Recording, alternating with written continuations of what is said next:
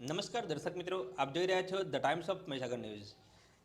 મજબૂત થતો મોદી પરિવાર, વિકાસ કરતી ભાજપ સરકાર। આજ રોજ સાબરકાંઠા અરવલ્લી જિલ્લા લોકસભાના ઉમેદવાર શ્રી શોભનાબેન મહેન્દ્રસિંહ બારિયાએ લોકસભા ચૂંટણી અંતર્ગત પ્રાંતિજ તાલુકાના દલપુર અને વજાપુર ગામે ભારતીય જનતા પાર્ટી દ્વારા આયોજિત સભામાં ઉપસ્થિત રહીને મોદી સાહેબના 400 પારના સંકલ્પને સાકાર કરવા 100% મતદાન આપી કમળ ખીલાવવા માટે આહવાન કર્યું। આ પ્રસંગે માનનીય ધારાસભ્ય શ્રી ગજેન્દ્રસિંહ પરમાર, જિલ્લા પંચાયત પ્રમુખ શ્રી ભારતીબેન પટેલ, સાબરકાંઠા લોકસભા સીટના વિસ્તારક શ્રી નરેન્દ્રસિંહ સોઢા, તાલુકા સંગઠન પ્રમુખ શ્રી બળવંતભાઈ પટેલ, શહેર પ્રમુખ શ્રી નિત્યાનંદભાઈ,